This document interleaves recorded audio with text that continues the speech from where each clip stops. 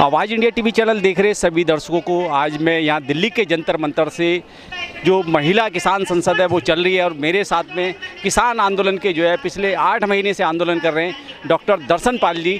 दर्शन पाल जी, सबसे पहले हमारे चैनल में आपका हार्दिक स्वागत है। थैंक यू, धन्यवाद।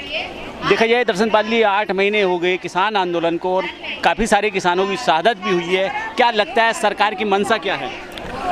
देखिए, सरकार की मंशा मुझे लगता है किसानों को बल्कि आंदोलन को लंबा करके आंदोलन की तरफ पूरा ध्यान ना देके किसानों को परेशान करना, निराश करने की है। लेकिन किसान आंदोलन में जो नेता लोग हैं, जो लीडर लोग हैं, उन्होंने इस तरह का लगातार एकजुट होकर इस तरह का माहौल बना दिया है कि किसान जो हैं वो थके नहीं, वो अभी हारे नहीं, वो इस आंदोलन को आगे बढ़ाने में के लिए एकजुट भी हैं और डिटरमिन्ड भी। जिस तरीके से देखा जाए 8 महीने हो गए, 11 दौर की वार्ता हुई, लेकिन इस दौरान में बहुत सारे किसानों की शहादत भी, लेकिन सरकार ने कहीं अब जाकर 3 दिन पहले माना कि हाँ किसान आंदोलन कर रहे हैं। क्या कहेंगे इस बात में? नहीं, देखिए, मैं तो गलत मानता हूँ। अगर 11 दौर का बात हुआ तो आंदोलन के चलते ही हुआ। अगर रोज़ स्टेटमेंट देते हैं तोमर जी या दूसरे मंत्री रहते हैं तो आंदोलन करके ही देते हैं। पहले तो मानते ही नहीं थे कि कुछ आंदोलन है, लेकिन जैसे ही आंदोलन पंजाब से शुरू हुआ, इस आंदोलन की ताकत को उन्होंने मानना शुरू किया, एडमिट किया। अभी देखा जाए 3 दिन से जो है जंतर मंतर पे डेली किसान संसद लग रही है। क्या लगता है इसका क्या रिप्लाई आप समझ रहे हैं किसान आंदोलन? देखिए, हमें लगता है कि ये जो किसान संसद लग रही है इसका 2 तरह से प्रभाव हो, 3 तरह से। एक तो हमारे लोगों में जो एक सेल्फ कॉन्फिडेंस बन रहा है, और दूसरा संसद के अंदर जो एमपीज़ हैं उनको आवाज़ उठाने के लिए मॉरल बूस्टअप हो रहा है। रोज़ ही बाहर की आवाज़ अंदर जाती है।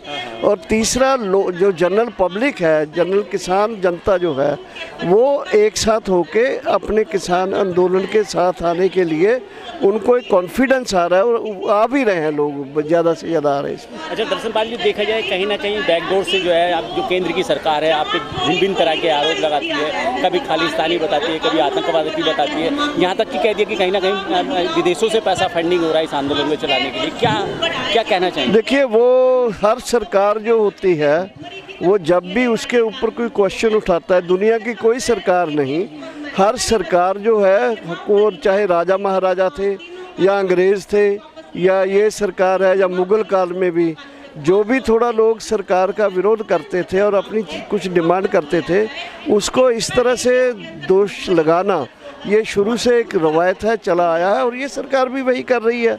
लेकिन इनके जितने भी दोष हैं हमारे ऊपर, जो भी ये आरोप लगा रहे हैं, वो एकदम झूठे हैं, बेसलेस हैं।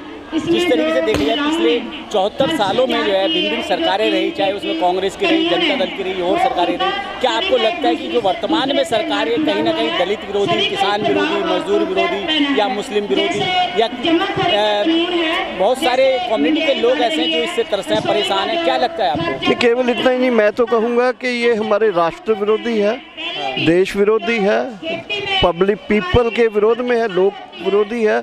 और साथ ही साथ ये जो आपने कहा कि दलित, मुस्लिम और आदिवासी लोग, जो भी मार्जिनलाइज्ड लोग हैं, उनकी वेलफेयर के लिए सोचने वाली सरकार नहीं है ये। उनको बल्कि इनका एक ही ऐलान है, एक ही इनका वो मुद्दा है, वो है कि कैसे कॉरपोरेट्स को, अपर कास्ट को और कैसे एक पर्टिकुलर रिलीजन को वो किया जाए, प्रायोरिटाइज किया जाए। और इवन कास्ट में भी upper caste, religious wise, corporate wise, तो इस तरह का मिश्रण है ये, जिसमें ज़्यादा से ज़्यादा लोग जो हैं वो डिप्राइव्ड हैं, वो मार्जिनलाइज्ड हैं, डिस्क्रिमिनेटेड हैं वो। अच्छा डॉक्टर दर्शन पाल जी, देखा जाए तो कहीं ना कहीं खुलेआम ये आरोप लग रहे हैं कि जो केंद्र की सरकार है 2 लोगों के मामले में उनकी बिचौलिया बनी हुई है या उनको उनके चौखट पे अपने आप को गिरवी रख दिया। क्या आप इत्तेफाक रखते हैं इस बात से? देखिए, हम तो बोलते हैं कि 2 गिरोह के लोग हैं। एक है वो भी गुजराती हैं और अंबानी और अडानी वो भी गुजराती हैं। देश को लुटाने वाले भी, लूटने वाले भी, दोनों चारों लोग गुजरात के हैं, जिसमें अंबानी अडानी को मुख्य रूप में देखते हैं कारपोरेट हाउसेज में से। और साथ ही वैसे है वो, केवल वो नहीं, जितने भी बड़े कॉरपोरेट्स हैं वो पूरे कॉरपोरेट्स की वर्ल्ड को ये अपना देश का जो रिसोर्सेज हैं वो लुटाने के लिए, देश की मंडी पर कब्जा करने के लिए, देश की जो लेबर है उसको, लेबर पावर को कंट्रोल करने के लिए ये कॉरपोरेट के लिए ही है, उसको बेच रही है देश को। अभी देखा जाए जितने जितने बड़े वेयर हाउस पूरे स्टेटों में बनाए गए, कहीं ना कहीं किसानों की जो फसल है उसको स्टोर करने के लिए किया गया, और देखा जाए तो जो खाद्य सामग्री है, जो खाद्य रसद है, आज वो दुगने दामों में बिक रही है। उसका रीजन और कारण क्या, ये अडानी अंबानी है या कुछ और?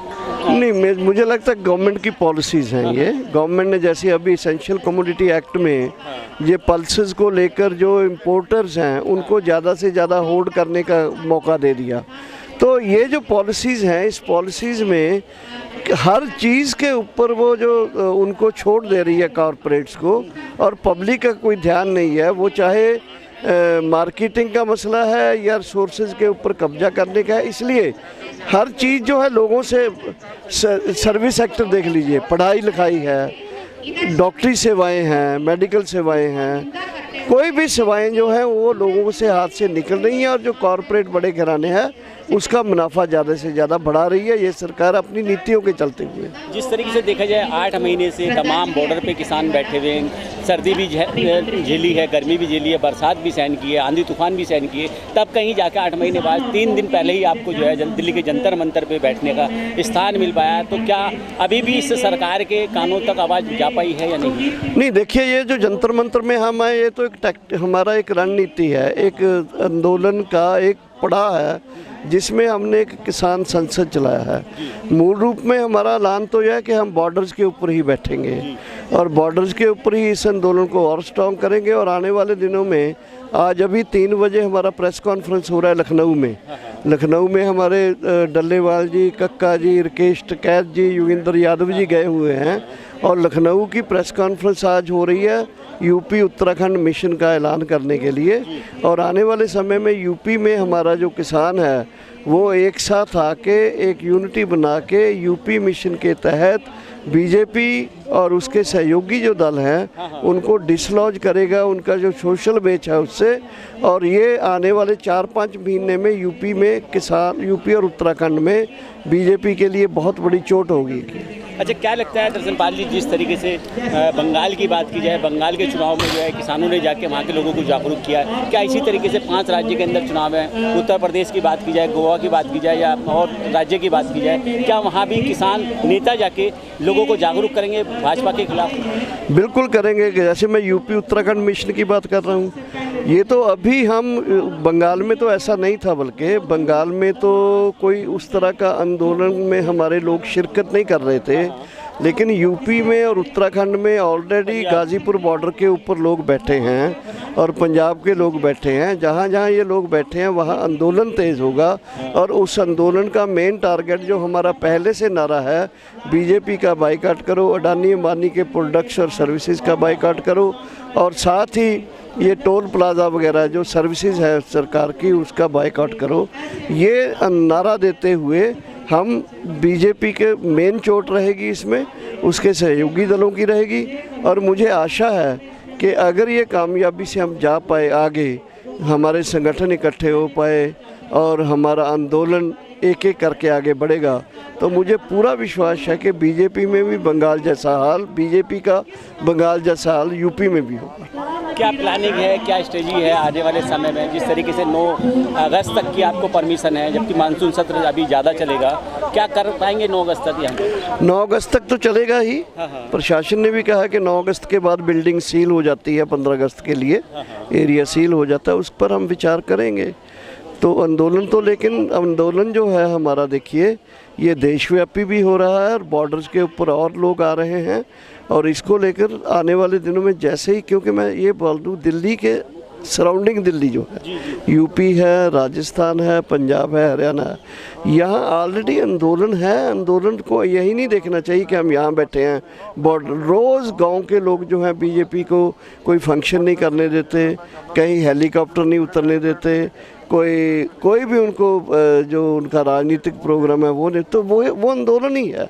तो ये आंदोलन पूरे को एक देखना चाहिए कि इंडिया के इस हिस्से में जनता जो है बीजेपी के विरोध में किसान आंदोलन के पक्ष में लड़ रही है। अच्छा, आखिर में डॉक्टर दर्शन पाल जी, चलते चलते हमारे आवाज़ इंडिया टीवी चैनल के जो दर्शक आपको करोड़ों लोग आपको देख रहे हैं हमारे चैनल के माध्यम से, क्या उनसे अपील करना चाहेंगे इस किसान आंदोलन को और मजबूत तरीके से करने के लिए? देखिए, मैं आपके चैनल के माध्यम से पूरे देश के लोगों को, केवल किसानों के नहीं, पूरे देश के लोगों को ये अपील करना चाहता हूँ कि वो इस किसान आंदोलन की वाजबियत, इसकी रैशनैलिटी, इसकी करेक्ट रीजनिंग जो है, इसके जो मुद्दे हैं, जेन्युइन मुद्दे हैं, उनको समझें और उसको समझने के साथ साथ वो इस आंदोलन के साथ आएँ और आंदोलन का हर जगह प्रचार ही ना करें, बल्कि इस आंदोलन में शिरकत करें, ताजो आंदोलन जो अपनी करारी चोट जो है वो केंद्र सरकार को लगा के अपनी सफलता की तरफ जा सके। चलिए, बहुत बहुत धन्यवाद आपका।